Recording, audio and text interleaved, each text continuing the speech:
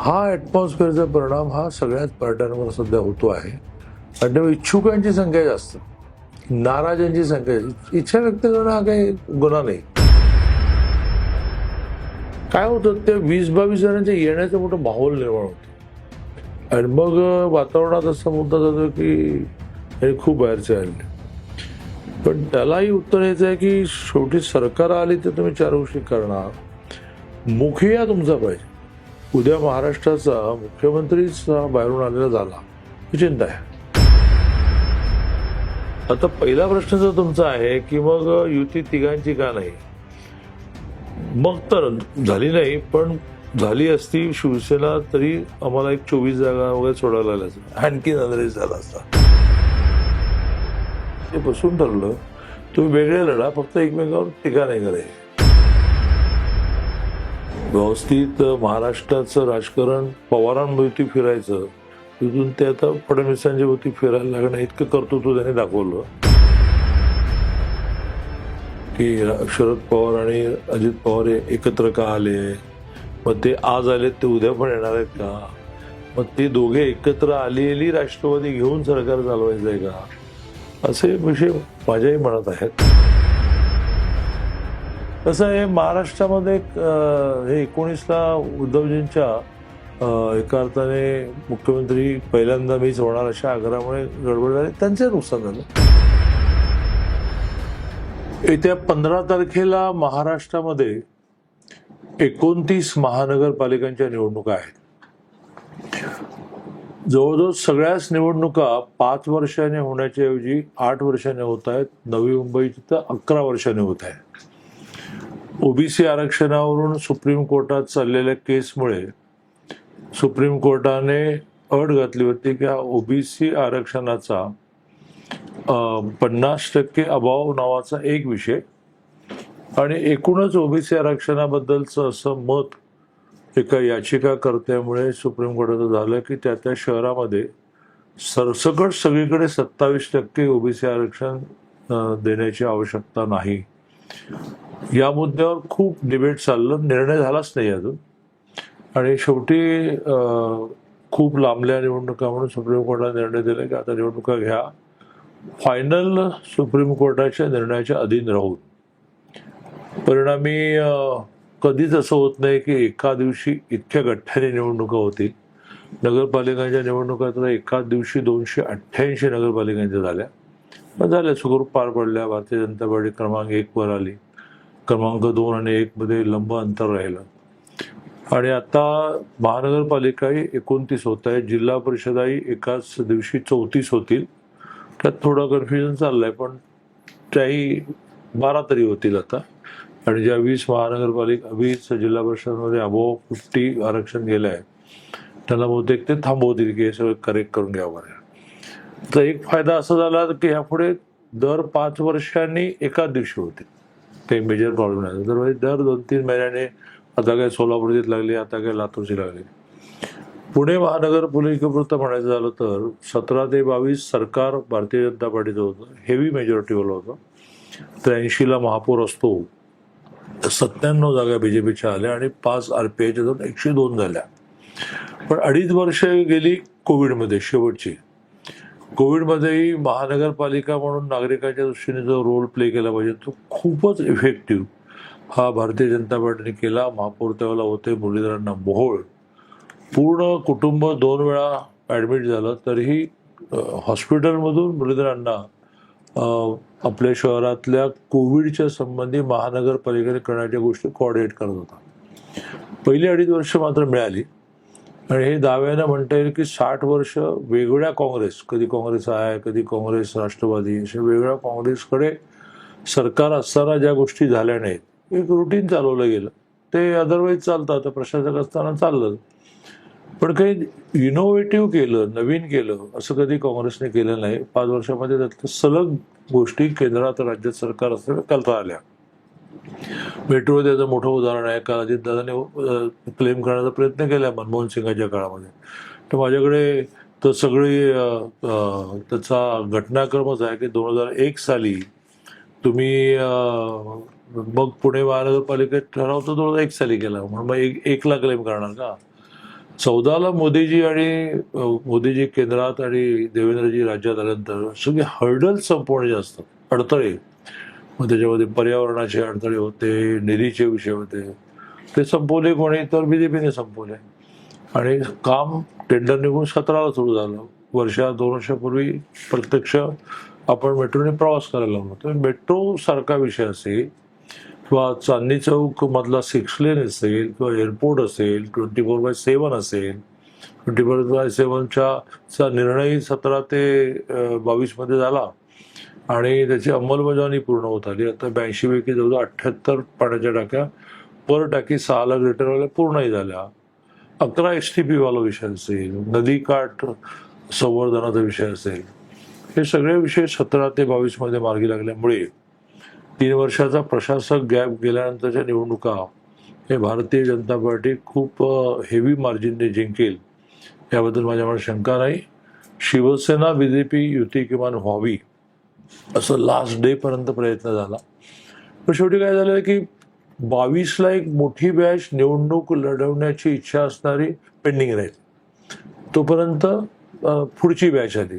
प्रत्येकच पार्टीमध्ये इतकी इच्छुकांची गर्दी झाली की एकमेकाला सीट सोडणं हे सोपं नव्हतं. आमच्याकडे तर 165च्या अगेन 2300 जणांनी अर्ज भरले, 2300 जणांनी इंटरव्ह्यू दिले. आता मग त्याच्यामध्ये 165 मध्ये 40 शिवसेनेला द्या आणि 50 राष्ट्रवादी द्या म्हणून आणि अनरेस झाला होता. आणि त्यामुळे शिवसेनेबरोबर किमान युती करा असं सूचना असून सुद्धा महाराष्ट्रात बहुधा मुंबई, ठाणे, कल्याण, डोंबिवली, कोल्हापूर असे 3-4 ठिकाणी झाली, पुण्यामध्ये झाली नाही. त्यामुळे आपल्या बळावर मागच्या 97च्या तुलनेमध्ये 125चा दावा आम्ही करतो. पण काल रात्रीचा जो सर्वे रिपोर्ट आहे तो 115 आहे. त्याच्या खाली फार जाऊ असं नाही. त्यातून भविष्यातल्या खूप गोष्टी करण्याचा संकल्प काल आम्ही वचननाम्यामधून व्यक्त केलेला आहे की ज्याच्यामध्ये 31 किलोमीटर मेट्रो पूर्ण झाली, टोटल 150 किलोमीटर सँक्शन झाली आहे. 31 किलोमीटर पूर्ण झाली तर 2.25 लाख लोक प्रवास करायला लागले. ज्यावेळेला 150 किलोमीटर पूर्ण होईल तेव्हा 8 लाख लोक प्रवास करतील. त्यामुळे ते सगळे ट्रॅक्स पूर्ण करून घेणं आहे. नवीन काही मार्ग व्हिज्युअलाइज झालेले आहेत, त्याच्या महानगरपालिका, राज्य आणि केंद्राच्या परवानग्या मिळवणं. मग त्यात हडपसर ते लोणी काळोबर सारखं एखादं उदाहरण द्यायचं झालं, हडपसर ते सासवड रोड असेल की हे सगळे प्रपोज आहेत. मेजर मेट्रो पूर्ण झाल्यानंतर जो विषय करावा लागेल महानगरपालिकेला तो स्टेशन ते घर. यात पुन्हा जर वाहनं लोक आणत राहिली तर पार्किंगचे प्रॉब्लेम वाढतील आणि मग पुन्हा प्रदूषण आहेच. प्रदूषण जे मेजर निर्माण होत आहे त्या PMPLच्या बसेस डिझेल पेट्रोलच्या, ज्या आता आपण हळूहळू कमी करत आणल्या. 2100 पैकी 1600 आपल्या बसेस आता CNG वर किंवा इलेक्ट्रिकवर गेल्या. टोटल 4000 लागणार आहे. टप्प्याटप्प्याने म्हणजे देवेंद्रजी राज्य म्हणून पैसे देत आहेत. त्या सगळ्याचं कंपल्शन आहे की ते इलेक्ट्रिकलच असायला पाहिजे. आणि मग दुसरं प्रदूषण आहे आपल्या गाड्यांचं. पुन्हा एकदा मेट्रो झाल्यानंतर आपल्या गाड्या बाहेर काढल्या तर काय. म्हणून मग आता जवळजवळ मेट्रोचा प्रस्ताव पूर्ण झाला की ते ॲप डेव्हलप करतायत आणि 20 रुपयात रिक्षा.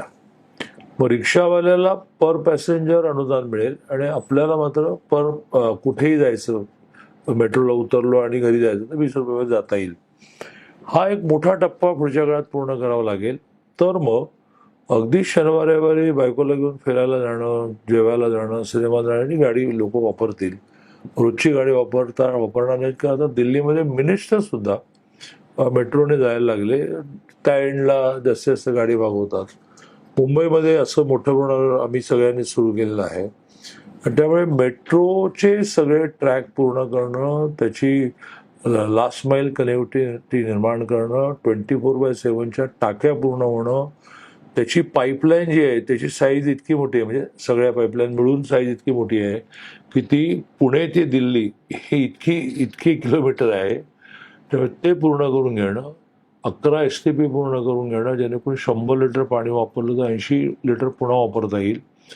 त्याचे वेगळ्या प्रकारचे टँकर निळ्या रंगाचे डेव्हलप करणं, असा खूप काही आगामी काळातला विषय आहे. एक शेवटचा मुद्दा असा की रस्ते विकास म्हणजे विकास अशी जी मर्यादित कल्पना आहे त्याच्याबरोबरीने हळूहळू सगळ्या BJPचं राज्य असणाऱ्या महानगरपालिकेमध्ये माणसाचा विकास म्हणजे विकास ह्याकडे हळूहळू गाडी न्यायला लागेल. आणि एक हेवी बजेटचं मेजर पोर्शन हा महिला बचत गट, त्यांचं प्रशिक्षण, त्याला 0% कर्ज, त्यांचे प्रॉडक्ट, त्याची वेगळे मॉल, त्याला डिपॉझिट नाही, भाडं नाही पासून झोपडपट्ट्यांचा SRA आता देवेंद्रजींनी नवीन नियम केल्यामुळे खूप सोपा झाला. त्यात SRA अपार्टमेंट SRA पोर्शन नीट होणं, म्हणजे बाकीचा पोर्शन चकाचक. आणि हे आपलं येतात आता त्यांच्या मेंटेनन्सची व्यवस्था नाही, त्यामुळे मेंटेनन्स चार्जेस न दिल्यामुळे लिफ्ट बंद पडते, कचरा काढला जात नाही. नवीन नियमामध्ये देवेंद्रजीने 50% कन्सेंटवर आणलं. सेकंड थिंग म्हणजे सरकारी जागांना एकदा नोटीस जाईल की तुम्ही NOC द्या, नाही NOC दिली ती डीम NOC मानली जाईल. जो SRA पोर्शन तयार होईल त्याच्यामध्ये 2-3 कमर्शियल गाळे दिले जातील की ज्याच्या भाड्यातून त्या बिल्डिंगचा मेंटेनन्स होईल. अशा अनेक गोष्टी आगामी काळामध्ये झोपडपट्टी विकास, झोपडपट्टी निर्मूलन हा शब्द थोडा चुकीचा आहे, परंतु झोपडपट्टी विकास SRA च्या माध्यमातून 40% हे शहर झोपडपट्ट्यांमध्ये गेलं. वेगवेगळ्या मराठवाडा, विदर्भ अशा बेल्टमध्ये जिथे शेतीवर गुजराण करणं थोडं अशक्य असतं, तिथून एक माणूस का होईना नोकरीला कोणाला येतोच आणि मग तो कुठेतरी झोपडपट्टीत राहतो. मग झोपडपट्टीचे दादा निर्माण झाले की त्यांनी सरकारी जागा कॅप्चर करायच्या, झोपड्या उभारायच्या, त्या विकण्याचे पैसे घ्यायचे, त्याचं दर भाडं घ्यायचं आणि पुन्हा एकदा बिल्डरशी असोसिएशन करून SRA करायचे. असा एक मोठा व्यवसाय या शहरात आहे. त्याला कसा शह देता येईल वगैरे बरेच विषय आगामी काळात आहेत. त्यामुळे रस्त्याच्या विकासाबरोबर माणसाचा विकास हाही आगामी काळामध्ये भारतीय जनता पार्टीची सरकार जिथे असेल तिथे आमच्या प्राधान्याचा विषय राहील. विचारू का, तुम्ही प्रदूषणचा मुद्दा आता उचललाय, मला खरंच बरं वाटलं. बीजेपीच्या मॅनिफेस्टोमध्ये प्रदूषण हा कितपत तुम्ही फॉरवर्ड घेणार आहात, कारण की we are responding to the problem, पण त्याला आपण प्रिव्हेन्शन कसं करणार. आणि वॉर्ड वाईज म्हणजे बिकॉज लोकल इलेक्शन्स आहेत, सगळे जे सिटिझन्स ऍक्टिव्हिस्ट आहेत तर ते आम्हाला सांगतात की वॉर्ड वाईज मॅपिंग का होत, सगळ्या कॉर्पोरेटर्सनी कटिंग अक्रॉस पार्टी लिस्टला बसून पाहिजे and they should do on प्रदूषण, because we are going the Delhi way. पुण्याचं दिल्ली होणार लवकर, त्याच्याबद्दल तुम्हाला काय सांगायचं. मी तेच सांगितलं ना, आपल्या 4000 बसेस ज्या होतील त्यातली नवीन एकही बस पेट्रोल डिझेलवरची येणार नाही बाय कंपल्शन. मग आपण इलेक्ट्रिक चार्जिंगचे स्टेशन वाढवतो आहोत. लोकांनी पण आपली वाहनं हळूहळू इलेक्ट्रिककडे, कारण ते CNG हे काही प्रॅक्टिकल नाही, एवढा साठाही उपलब्ध होणार नाही. आणि त्यामुळे मेजर प्रदूषणाचं कारण आपल्या शहरामध्ये, जसं आता कोल्हापूर शहर आहे, तिथली जुनी इंडस्ट्री कोल्हापूर सिटीमध्ये आहे, नवीन बाहेर झाली, आपल्याकडे सुरुवातीपासूनच बाहेर गेली. त्यामुळे आपल्याला रेसिडेन्शियल एरियामध्ये इंडस्ट्री प्रदूषण निर्माण करणे नाही. मग प्रदूषण निर्माण होण्याचा आपला एकच मुद्दा की आपण पेट्रोल डिझेल जाळतो. तर ते हळूहळू लोकांनी आपली वाहनं बाहेर काढू नये, ते मेट्रोवर जावे, घरी पण रिक्षाने जावं, त्या रिक्षासुद्धा CNGवाल्या आणि इलेक्ट्रिकवाल्या असाव्यात. आणि सगळ्यात महत्त्वाचं म्हणजे ज्यावेळेला 2100 बसेस दिवसभर धावतात ते खूप प्रदूषण निर्माण करतात. तर आता 1600 पर्यंत आपण आलोच. नवीन सरकार अनुदानच देणार नाही की जर तुम्ही इलेक्ट्रिक बस घेणार असेल. कॉस्टली आहे पण त्याच्याकडे जावंच लागेल. दादा एक असं भाजप म्हटलं की शिस्तबद्ध पक्ष असे एक इमेज महाराष्ट्रात देशात आहे. या महापालिका इलेक्शनच्या पार्श्वभूमीवरती जे काही तुमच्याकडे इनकमिंग होत आहे, हे बेरजेचं राजकारण छान मोठं त्याला नाव आहे, पण त्याच्यामुळं पक्षाचा चेहरा जो आहे, जो शिस्तबद्ध आणि असा आहे असं म्हटलं जातं, तर तो चेहरा बदलायला लागला असं तुम्हाला वाटतंय का? आणि त्याचे काय येणाऱ्या काळामध्ये काय त्याचे परिणाम तुम्हाला दिसतात का, जाणवत आहेत का? एक तर मगाशी म्हटल्याप्रमाणे 8-8 वर्ष निवडणुका न झाल्यामुळे खूप मोठी रिक्रुटमेंट जी निवडणुकांची वाट पाहत होती डबल साईज निर्माण झाली, त्यामुळे इच्छुक जास्त झाले. जसं 2300 अर्ज आमच्याकडे आले. दुसरं महत्त्वाचं म्हणजे गेल्या काही वर्षामध्ये राजकारणामध्ये येणं, निवडणुका लढवणं, राजकारणात येण्याचे 2 पार्ट असतात, एक संघटनात्मक राजकारण, एक इलेक्टोरल राजकारण, निवडणुकी राजकारण. तर वर्षानुवर्ष जनसंघ, मग जनता पार्टी, भारतीय जनता पार्टीमध्ये येणारा मोठा वर्ग हा पक्षासाठी काम करायचा आहे, पक्ष मजबूत करायचा आहे. आणि त्यामुळे तिकिटांची स्पर्धा इतकी नाही. शेवटी आपल्या कुटुंबावरही समाजात काय चाललंय ते परिणाम होतात. आपल्या कुटुंबामध्ये आधी आपलं ऐकायची मुलं, आता कुठे ऐकतात. तर कारण ॲटमॉस्फिअरचा परिणाम आहे. हा ॲटमॉस्फिअरचा परिणाम हा सगळ्याच पार्ट्यांवर सध्या होतो आहे. आणि त्यामुळे इच्छुकांची संख्या जास्त, नाराजांची संख्या. इच्छा व्यक्त करणं हा काही गुन्हा नाही, पण लवकर नॉर्मल येणं. समाधान एवढंच की बाकीच्या पार्ट्यांच्या तुलनेमध्ये समजा 165 तिकीटं आम्ही दिली, 8 त्याच्यातली RPIला दिली तर 157 दिली, 130 बेसिक कार्यकर्ते. तर कोथरूडमध्ये तर आमचा एक कार्यकर्ताच आहे. एक पण पृथ्वीराज सुतारची फक्त एंट्री आम्ही केली आहे, एकही नवीन एंट्री आम्ही केली नाही. हा वारजेसारख्या ठिकाणी जिथे वारजे असेल, मग वडगाव शेरी असेल, की जिथे तसं प्रयोगच करायला पाहिजे होते. आणि त्यामुळे जिथे जिथे शक्य आहे जे कार्यकर्त्याला जाणं, बाहेरून एंट्री न करणं. म्हणजे प्रभाग 11 हा एकच कोथरूड मतदारसंघामध्ये थोडा शेकी असेल तर एकच फक्त एंट्री केली असते, एक नाव नाही घेत मी, तर तो अनवे झाला असता. पण आम्ही नाही केली का, तर त्या ऑड सिच्युएशनमध्ये डॉक्टर बुटालांसारखी मंडळी वर्षानुवर्ष करतायत, कशाला बाहेरचा माणूस घ्या. मग अभिजित राऊत असेल, मग आमचा अजय मारणे असेल, त्यांना आम्ही तिकीट दिली. एक फक्त तिकीट बदलायला पाहिजे होतं की आम्ही 4 आणल्यास. आणि प्रस्ताव होते समोरून, आम्ही त्याला एंटरटेन नाही केलं. तुला सुधाराचा विषय सुद्धा फार लास्ट मिनिटला आला. भाऊंचा फॉलोअप असेल, ॲडव्होकेट सुधाकर आव्हाडांसारख्यांचे आग्रह असतील, आणि थोरात म्हणजे पृथ्वीराज सुतार फॅमिली तशी डिसेंटच आहे. तसं 14ला 122 जण आमचे निवडून आले, त्यातले 103 मी राज्याचा अध्यक्ष होतो, 103 हे डायरेक्ट जुनी बॅकग्राऊंडवालेच होते. काय होतं, त्या 20-22 जणांच्या येण्याचं मोठं माहोल निर्माण होतं. आणि मग वातावरणात असा मुद्दा जातो की हे खूप बाहेरचे आले. पण त्यालाही उत्तर यायचं आहे की शेवटी सरकार आली तर तुम्ही 4 गोष्टी करणार. मुखिया तुमचा पाहिजे. उद्या महाराष्ट्राचा मुख्यमंत्रीच बाहेरून आलेला झाला ही चिंता आहे. तो जेव्हा देवेंजी होतात तेव्हा ते सगळ्यांना बरोबर ते कॅरी करतात, आणि 14 ते 19 केलंही. 19ला उद्धवजीने हा जो अनावश्यक हट्ट झाला, ज्यात त्यांनी स्वतःचं नुकसान केलं, BJPचं केलं, राज्याचं केलं. म्हणजे मी 8 खाती माडे होती. 14 ते 19 हा सुवर्ण काळ होता. शिवसेना बरोबरी होती. संजय राऊतांना काम दिलं होतं, रोज तरी बोलायचं ते बोलत होते. पण व्हेरी गुड ॲटमॉस्फिअर. कर्जमाफीसारखे कितीतरी निर्णय, मराठा आरक्षण किती निर्णय आपण केले. आणि त्यामुळे हे जे इम्प्रेशन आहे बेशिस्त वगैरे, आता 42 सिटिंग जणांची तिकीट आम्ही कापली काही ना काही कारणाने. त्यातले 40 जण आत्ता फील्डमध्ये, आम्ही 53 जणांची एक समिती केली, आरती जेवण आहे. त्यातले 50 जण असे आहेत की ते इच्छुक होते. त्यातले 35 जण असे आहेत की ज्यांचं तिकीट नाही झालं. ते सगळेजण आता एक प्रभाग, एक नेता, अशा 41 प्रभागांना 41 जण जोडले. आणि मीच त्यांचं प्रशिक्षण वर्ग केला. त्यांना असं म्हटलं की तुम्ही उभे आहात त्या प्रभागामध्ये, अशा भूमिकेत पुढच्या 8 दिवस त्या प्रभागामधल्या 4 जणांना तुम्ही फिडिंग करा.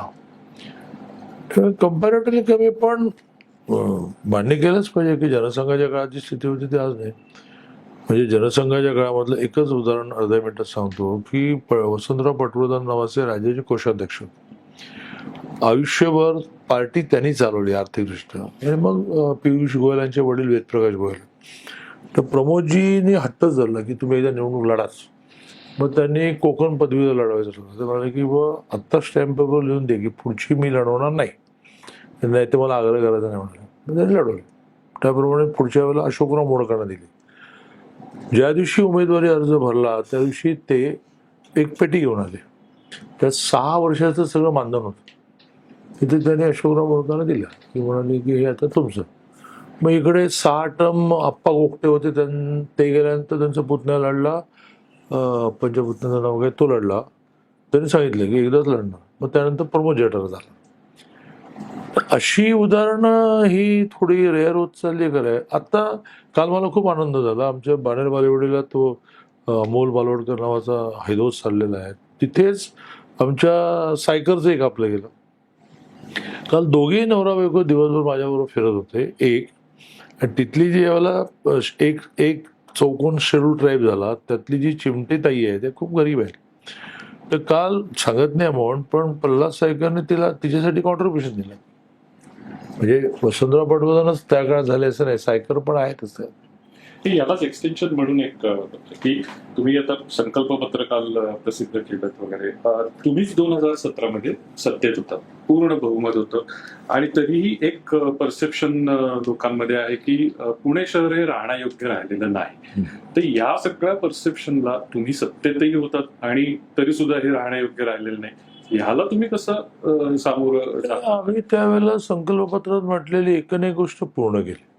आता असं आहे की मी 2000 म्हणतोय 1982 पासून पुण्यात येतो. अरविंदराव लेलेंचा मुलगा मिलिंद च्या सायकलवर मागे बसून फिरायचो, तेव्हा ती 12 लाख, आता झाली 72 लाख. जगात कुठलंच शहर इतकं फास्ट वाढलं नाही. वाहनं झाली 53 लाख. एकट्या दिवाळी पाडव्याला एका दिवशी 23,000 वाहनं नवीन घेतली गेली. रस्ते रुंद होण्याच्या मर्यादाच आहेत. फ्लायओव्हर संपले आता. म्हणजे संकल्पपत्रातलं आम्ही 24/7 पासून सगळंच पूर्ण केलं. पण साईज वाढतोय ह्याचा सगळ्या पुणेकरांनी एकत्र विचार केला पाहिजे. जसं मुंबईने नाव मुंबई ठेवून पण नवी मुंबई केली, आता MMR केलं. देवेंजीने आता 1000 एकरचं नवीन नागपूर, माहिती आहे ना, नवीन नागपूरची घोषणा केली. किंवा तरी पुणे महानगरपालिकेमध्ये 34 गावं नव्याने आणण्यापेक्षा एक महानगरपालिका वेगळी करायला लागेल. यावर कोणी नाही. ते पुणे न्यू पुणे म्हणा ना त्याला. एक आपलं म्हाळुंगेची टीपी स्कीम जरी सँक्शन झाली, जी 18ला देवेंजीने घोषणा केली आणि सरकार केलं, आता झाली सँक्शन. 5 लाख पॉप्युलेशन तिकडे जाईल. बाणेर बालेवाडी झालं तर ते गाव होतं, आता जागाच नाही इथे जायला. बरं, ही मिसिंग लिंक आपण करतो आहोत आणि अटल केल्यामुळे आता तुम्ही रोज 2.25 तासात मुंबईपर्यंत जाल. तर थोडं तुम्ही म्हाळुंग्यात बिळुंग्यात गेलं तर काय फरक पडतो. पण आम्ही कोथरूडमध्येच राहणार. मग आली 12 फ्लॅटची अपार्टमेंट पाडली आणि 80 फ्लॅटची झाली. त्या 80 फ्लॅटचे 12 फ्लॅटलाही पार्किंग नव्हतं आणि त्यावेळेला त्या 12 फ्लॅटवाल्यांचे 2 व्हीलर होत्या, आता 80वाल्या सगळ्यांचे 4 व्हीलर आहेत. पार्किंग कुठे करायचं, त्यांच्या पाण्याचं काय, त्यांच्या सिवेजचं काय, त्यांचं सांडपाण्याचं काय, सगळेच विषय आहेत. त्यामुळे एकट्या कोणा पक्षावर त्याचा दोष टाकता येणार नाही. पाण्याचं असेल, आपल्याला 13 TMC सँक्शन, आपण 21 TMC वापरतो. मग आता जर STP झाल्यानंतर सांडपाण्याचं शुद्धीकरण झालं तर ते वापरणार की पुणेकर, अशा म्हणजे मला प्रश्नच आहे. तर ते वापरायला लागेल गार्डनला, गाड्या धुवायला, तर पिण्याचं पाणी सेव्ह होईल. इकडे कात्रज आपल्या MIDCला आपण साखरच्या 3 TMC मध्ये एक अख्खी विधानसभा पाणी पिते. तर तिथे शिफ्ट केलं पाहिजे की हे रिसायकल पाणी द्यायला लागेल. काही बेसिक धारणा ज्या आहेत त्या एकदा नीट करायला लागणार असं मला मत आहे. तुम्ही सुरुवातीला म्हटलं किमान शिवसेनेची युती करायची, किमान शिवसेना असा शब्द वापरला. मग राष्ट्रवादी बरोबर का होतं, प्रयत्न होता. आणि दुसरी गोष्ट म्हणजे कुठे प्रयत्न होता, का नव्हता. आणि दुसरी गोष्ट म्हणजे नंतर राष्ट्रस्पृश्य काय राहिलं कुणी, आता म्हणजे सगळं चित्र आपण बघतो. तर जर पुढं निवडणुकीनंतर निकालानंतर जर परिस्थिती उद्भवली, तसंच समीकरण असेल, जुळत असेल, तर परत एकत्र होईल का? एक तर 1929 महानगरपालिकेचा 2दा राज्याचा अध्यक्ष असल्यामुळे माझा अभ्यास आहे, तर कुठेच ती स्थिती येणार नाही, इन्क्लुडिंग पुणे पिंपरी. आमच्या तिकडे कोल्हापूर सांगलीकडे तर विषयच नाही. कोल्हापूरात आम्ही एकत्र जाऊ लढवताना. आता पहिला प्रश्न जर तुमचा आहे की मग युती तिघांची का नाही, मग तर झाली नाही, पण झाली असती शिवसेना तरी आम्हाला एक 24 जागा वगैरे सोडायला लागल्या असत्या, आणखी नंदरेश झाला असता. मग त्या पुन्हा आमच्या क्रीम जागा हव्या असतात. युतीमधला मोठा प्रॉब्लेम काय असतो, 24 मान्य, पण जे आम्ही सुद्धा घेत नाही. तुम्ही म्हणता की ती कोथरूडमधलीच द्या, ती कसब्यातलीच द्या. आता ह्यात राष्ट्रवादी घेतलं असतं आणखी अनरेश झाला असता. दुसरा महत्वाचा मुद्दा म्हणजे की राष्ट्रवादीची म्हणून एक वोट बँक आहे. जर राष्ट्रवादीला बरोबर गेले ती वोट बँक काँग्रेसकडे गेली असते. आणि त्यामुळे अतिशय व्यवस्थित, तरी यांनी पुढे असं काय केलं माहिती नाही, पण अतिशय बसून ठरलं तुम्ही वेगळे लढा, फक्त एकमेकावर टीका नाही करायची. पण 5-6 दिवसापूर्वी कोण त्यांना कन्सल्टंट भेटला माहिती आहे, त्याने टीका सुरू केली. हा? टीकेसंदर्भातच हा, अजित पवार गेल्या 8 दिवसामध्ये 10 दिवसामध्ये जितके आता 2 दिवसात आला टोन खाली. आता ते खाली त्यांनी म्हटले की काय आता बोलणार आहे 15 आता तारखेला. ते, त्यांनी वरून स्थानिक नेतृत्व आलं. स्थानिक नेतृत्व तुम्ही आज पुण्यातलं स्थानिक नेतृत्व आहात, तर ते टार्गेट केलं. पिंपरी गेल्यानंतर तिथलं स्थानिक नेतृत्व अपयशी, इथं आल्यानंतर पुण्यात इथेच त्यांनी तीच पुनरावृत्ती केली की नाही, इथं स्थानिक नेतृत्व अपयशी. टोन डाऊन करतात त्यांनी परत इकडं लोकल लेवलला टोन डाऊन केली. तर त्याच्यावर नेमकी काय भूमिका? देवेंद्रजी आमच्या महाराष्ट्रामध्ये असे राजकीय नेते डेव्हलप झाले आहेत की त्यांच्या डोक्यात काय चाललं आहे, व्यवस्थित महाराष्ट्राचं राजकारण पवारांभोवती फिरायचं, तिथून ते आता फडणवीसांच्या भोवती फिरायला लागणं इतकं कर्तृत्व त्यांनी दाखवलं. त्यामुळे काहीतरी त्यांच्या डोक्यात असेल. जर आमच्याकडे तर ती कार्यपद्धती डेव्हलप झाली, त्यामुळेच कधी मुख्यमंत्री बदल विषयच नाही आले. की शेवटी आपलं आर्ग्युमेंट करायचं आणि त्यांना ठीक आहे तुम्ही ठरवा. जागा वाटपामध्ये कितीतरी ठिकाणी असं झालं की त्यांनी काही आर्ग्युमेंट केली, त्यांच्याशी आम्ही काही आर्ग्युमेंट केली, ठीक आहे तुम्ही म्हणता ते करा. त्यामुळे हे काय गणित आहे की शरद पवार आणि अजित पवार एकत्र का आले, मग ते आज आलेत ते उद्या पण येणार आहेत का, मग ते दोघे एकत्र आलेली राष्ट्रवादी घेऊन सरकार चालवायचं आहे का, असे विषय माझ्याही मनात आहेत. आणि ते ओपनली व्यक्त न करण्यासारखं बोटचेपा राजकारणी मी नसल्यामुळे मी ते व्यक्तही करतो की मला प्रश्न आहे की 15 तारखेनंतर काय व्हायचं. तुम्हाला कळलं तर मला सांगा.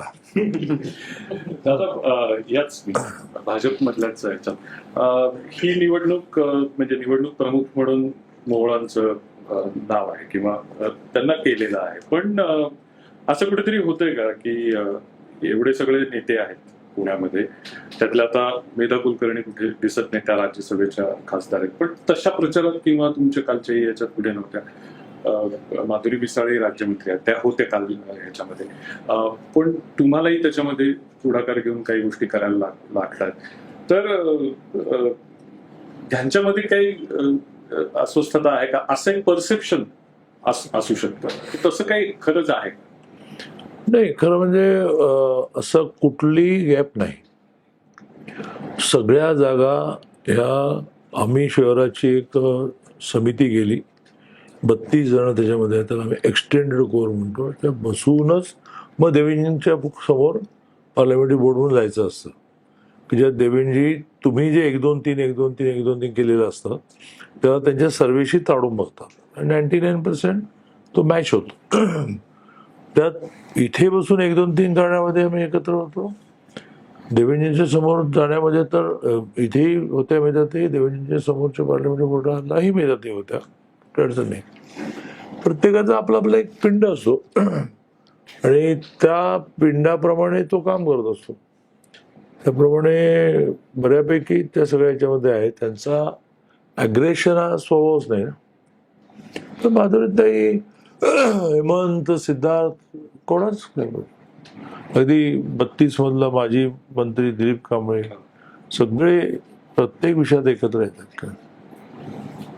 आणखीन एक या म्हणजे समस्यांच्या संदर्भातला विषय की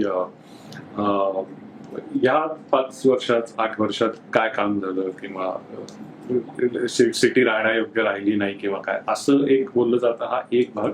पण आता तुमच्या पातळीवरही तुम्ही सुखदासारखा उपक्रम आहे किंवा ज्येष्ठ नागरिकांसारखं उपक्रम, यातनं एक जोडलं जाणं एक आहे. तर नागरिकांमध्ये जाऊन तुम्ही जे करता ते फार वर येत नाही, असं काही तुम्हाला वाटतं का? काही त्यामध्ये काही मग त्रुटी राहून जाते, असं काही होतं का? आणि निवडणुकीतले मग मुद्दे बदलतात असं असं काही ऑब्झर्वेशन या निवडणुकीत दिसतं का? नाही, मी हे सगळं म्हणजे युती कोणाची झाली हा कोणा कुठल्या पक्षात हो, गेला याच्यावरच सगळं चालतं. खरं तर स्थानिक स्वराज्य संस्था आहे तर स्थानिक प्रश्नांवर निवडणूक व्हायला हवं असे लोकांनाही वाटतं.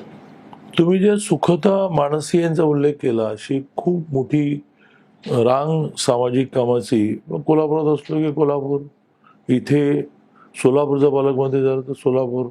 फक्त मला फर्स्ट पर्सन लागतो, कारण कुठल्याही विषयामध्ये अडकायचं नाही असं माझं धोरण आहे. कुठल्या ट्रस्टवर मी नाही, कुठल्या संस्थेवर मी नाही. सुदैवाने सगळ्या ठिकाणी फर्स्ट पर्सन आहे. इथे राजेश राठोड म्हणून आहे, लवान समाजातला आहे. 10वी नापास असताना माझ्या कॉन्टॅक्टमध्ये आला, तर MA झाला, बायको LLM आहे, तो लमाण आहे, ती माळी आहे, इंटरकास्ट मॅरेज आहे. मग एक 17 वर्षाची मुलगी, माझ्या कार्यकर्त्याची मुलगी सृष्टी डांगरे म्हणून सोलापूर मिळाली. 17व्या वर्षी तिला तिचे पुरस्कार 22-20 झाले. इतकं ट्रिमेंडस काम असं जिथे ते मिळालं तिथे मी करतो. माझं महानगरपालिकेच्या बाबतीत हेच म्हणणं आहे की केवळ रस्त्याचा विकास म्हणजे विकास नाही, माणसाचा विकास यावर पण कॉन्सन्ट्रेट करतो. कालच आमचा मानसी नावाने आम्ही जे योग ॲक्टिव्हिटी चालवतो त्याचे आता 42 ब्रांचेस आणि 3300 महिला झाल्या. इट्स ओनली फॉर महिला. साधारण माझी ॲक्टिव्हिटी ही जास्त महिला बेस असते. तर रथसप्तमी निमित्ताने काल सूर्यनमस्कारांचा त्यांचा उपक्रम झाला. सगळ्या 3300 जणी वेल ड्रेस आल्या. एक खूप सुंदर 1 तासभर भजन झालं, सूर्यनमस्कार झाले, नाश्ता झाला, गेल्या. आता याचा मतांशी संबंध मी फार ठेवत नसल्यामुळे त्याचं असं प्रोजेक्शन मी फार करत नाही. परंतु कोथरूडमध्ये आता निसर्गच आहे, हे 60च्या वरच्यांचं रिसॉर्ट आहे, मोफत आहे, पूर्ण ॲक्टिव्हिटी मोफत, फक्त जेवणाचे पैसे द्यावे लागतात. बस पण आमची असते. त्यात गेल्या 3 वर्षामध्ये 100च्या कॅपॅसिटीज आहे आणि स्पॉट फार चांगला मिळाला. त्यामुळे तर निसर्ग छायाच म्हटलं. 20,000 लोक कोणाचे. मग आम्ही डेस्टिनेशन कोवर्किंग नावाचा स्पॉट डेव्हलप केला. तुम्ही बघायलाच या, इतका डिसेंट केला की ज्याच्यामध्ये पहिलं 87 सीट्स होत्या. मग खूप ओव्हरफ्लो झाल्यानंतर त्याच फ्लोअरला एक मिळाला, आता 32 झाल्या, तेही ओव्हरफ्लो झालं. पण अनेकांची ते जे वर्क फ्रॉम होम नंतर बायको दिवस घरी बसू देईना, तर ती सोय झाली की त्याने घरून टिफिन घेऊन निघायचं आणि ऑफिसमध्ये न जाता आमच्या बसून. अशी एक मोठी ॲक्टिव्हिटी आहे. त्याचे तुम्हाला पॉलिटिकल परिणाम नको असले तरी मिळतात. याचं उदाहरण, मला 1,59,000 मतं मिळाली. म्हणजे इकराजींना पण 1,50,000 मिळाले असतील. अर्थात मार्जिनमध्ये मला 1,12,000 आहे आणि इकराजींचं मार्जिन बहुधा 21 आहे. पण मतं 1,59,000 मिळाली, मार्जिनमध्ये 1,12,000. समोरचा कॅन्डिडेट हा माहीर होता चंद्रकांत मुखर्जी, तरी त्याच्या बूथवरही तो मायनस होता. तर असा आता ह्या मॉडेलवर दिल्लीतून थोडी विचारणा होऊन आता असं चाललंय की महाराष्ट्रामध्ये एक 100 विधानसभा मतदारसंघामध्ये हे मॉड्यूल अप्लाय करता येईल का, की ज्याच्यामध्ये लोकांचाही विकास झाला आणि वोट बँक क्रिएट होता. एक विषय जो कॅन्टोन्मेंटचा आहे, हा तुम्ही अजून प्रलंबित आहे. कॅन्टोन्मेंट, हा पुन्हा कॅन्टोन्मेंट हा विषय, म्हणजे बरेच लोकांनी गिरीश बापट पण आले होते तिकडे. तर ते मर्जरचा विषय जो आहे कॅन्टोन्मेंट अँड सिव्हिक एरियाज, त्याच्यामध्ये काय होतं की मिलिटरीशी संबंधित कुठलाही विषय असेल ना, आपलं एअरपोर्टही का लांबलं, आता झालं. आता आणखी 12 एकर मिलिटरीने दिली. आता आपली धावपट्टी आणखी मोठी होईल आणि बोईंग उतरायला लागतील. मग बोईंग उतरायला लागले की विदेशातल्या बऱ्याच शहरांना आपण कनेक्ट होऊ. पण खूप त्रास दिला. तसं कॅन्टोन्मेंटचा विषय जो आहे ते इतके सहज. आता आमच्या मतदारसंघामध्ये साधारणतः 100 एकर जागा ही त्यांनी काही वर्षांपूर्वी शूटिंग प्रॅक्टिस म्हणून रिझर्वेशन लागलं, ना शूटिंग ना फुटिंग. पण कितीतरी लोक अडकले. जवळजवळ असं म्हणू की ह्या आठवड्यात तिची ऑर्डर निघेल असं म्हणू, पण दम निघाला माझा अक्षरशः. मला कधी फार दिल्लीत जाण्याची सवय नाही, काम असलं तर जायचं, पण दिल्लीत 4 वेळा गेलो. पण ते असंही असेल की त्यांच्या अशा रिजिडनेसमुळे खूप गोष्टी टिकल्या, असंही असेल. काही आता इकडे भोर तालुक्यामध्ये दुसऱ्या महायुद्धाच्या वेळेला एक स्ट्रीप केली इमर्जन्सी म्हणून, तुम्हाला माहीत पण नाही. पण परिणामी त्या भागातल्या बिल्डिंगच्या हाईटला मर्यादा आहे. मी अनेक वेळा राजनाथ सिंगांना म्हटलं की आप वहा आणि छोटी आहे ती, छोटी विमानं उतरण्याची आहे. म्हटलं 42 साली दुसरं महायुद्ध झालं, त्यानंतर कधी ते कोणी आलं पण नाही. पण ते रिझर्वेशन काढा म्हटलं, लोक अडकलेत. तो कॅन्टोन्मेंटचा विषय तसाच आहे, निर्णय झालाय, पण व्यवहारात त्याचं MOU होणं वगैरे राहिलंच. 2-3 महिने सगळ्या आचारसंहिताच चालल्या. आता दुसरी आचारसंहिता लागेल जिल्हा परिषदेची. ती झाली की महाराष्ट्रात सगळ्या निवडणुका संपल्या. पण ती बहुतेक आज सुद्धा इलेक्शन कमिशन प्रेस घेईल असं वाटतंय आम्हाला. पण मगाच्याच प्रश्नाला जोडून मग एवढं सगळं चांगलं काम आहे आणि त्यातनं जोडलं जाणं आहे, तर मग सामान्य माणसाला हा प्रश्न पडतो की मग भाजपला गुन्हेगारी पार्श्वभूमीचे किंवा गुन्हेगारी कुटुंबाशी संबंधित असलेले उमेदवार का? एक नाव काढायचं 157 म्हणून. कधी कधी अपुरी माहिती कशी असते. आता माझा इंटरव्ह्यू झाला बखरचा होते ती, तर त्याने असं म्हटलं की तुम्ही मग शरद पवारच्या बायकोला कसं दिलं, म्हणून दिलेलं नाही म्हटलं. इच्छुक होती ती. तर अरे मग आमची तर माहिती आहे की स्वाती मोहोळला दिलंय, म्हटलं आम्ही काही दिलेलं नाही. राजकारणाचा विषय म्हणून काढून ज्यावेळेस भाजप सेना युती सत्तेमध्ये आली भाजपमध्ये, तुम्ही अजितदादांना घेतलं तर टीका झाली, म्हणजे तुमच्या मतदारांकडून टीका झाली, सगळीकडून झाली. ठीक आहे, मग नंतर महायुती म्हणून तुम्ही लढला, तरी लोकांनी एक्सेप्ट केलं. लोकसभा लढला, विधानसभा लढला, आता परत तुम्ही भांडताय, म्हणजे वेगळं लढताय, एक दुसऱ्याने शिवाय घालताय.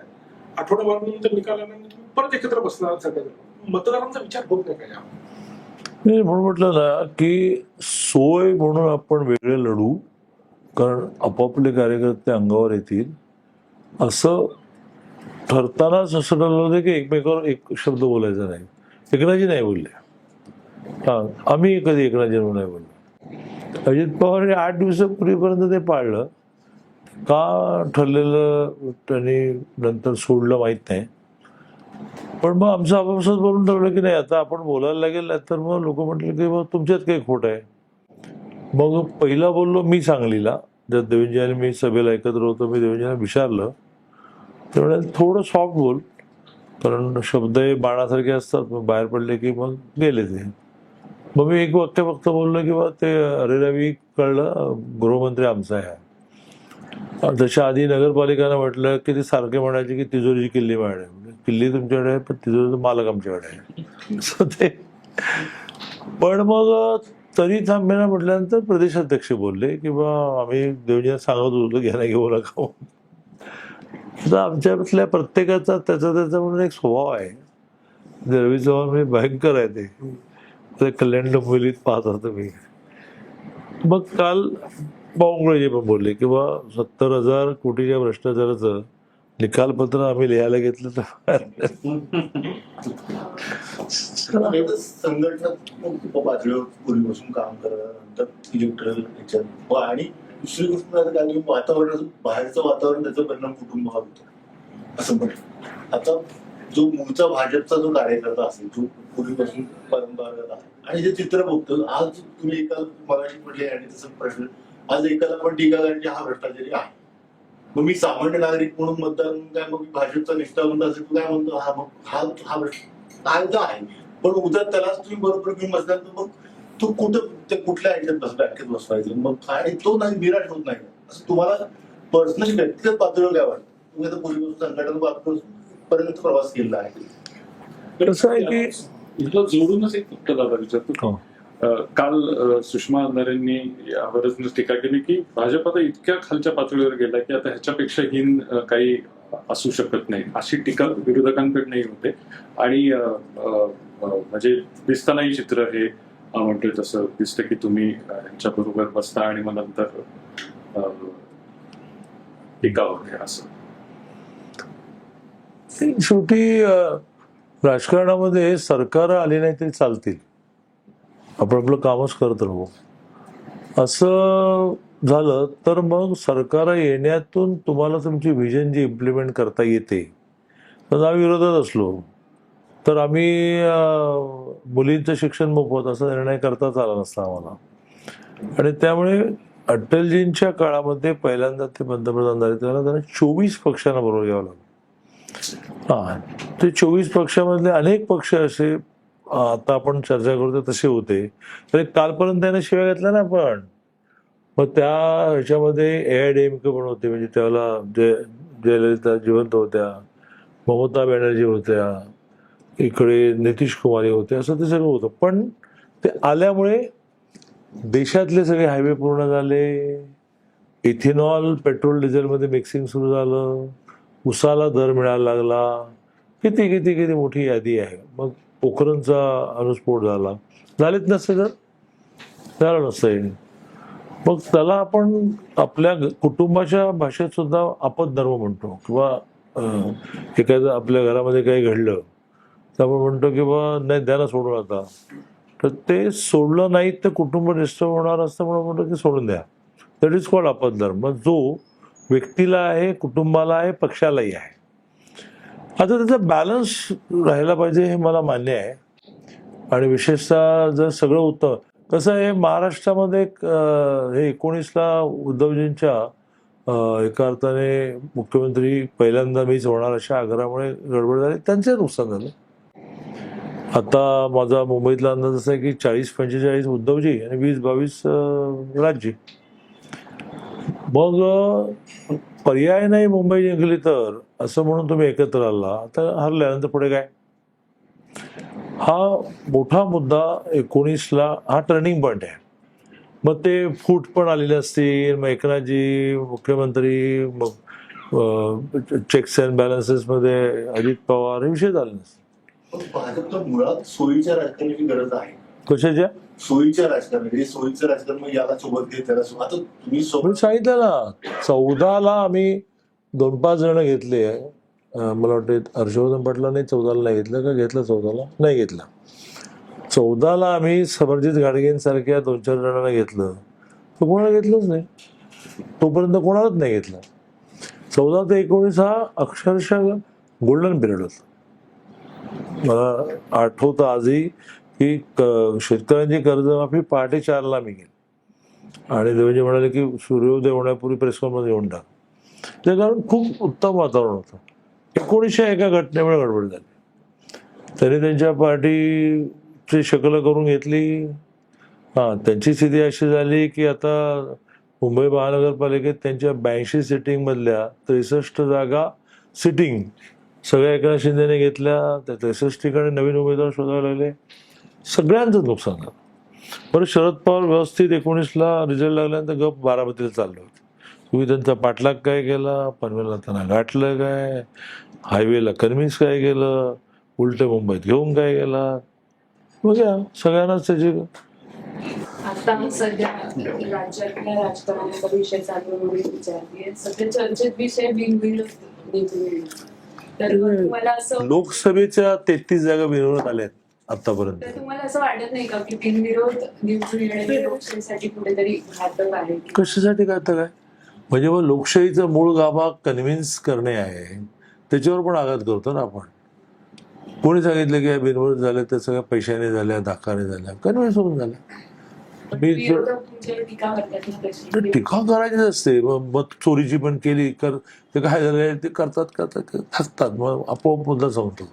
मग चोरी झाली, EVM झालं, आता बिनविरोध. 33 जागा आतापर्यंत या देशाच्या राजकारणामध्ये लोकसभेच्या बिनविरोध झाल्या. लोकसभेच्या हे तर 70,000 वाली आहे लोकसभा.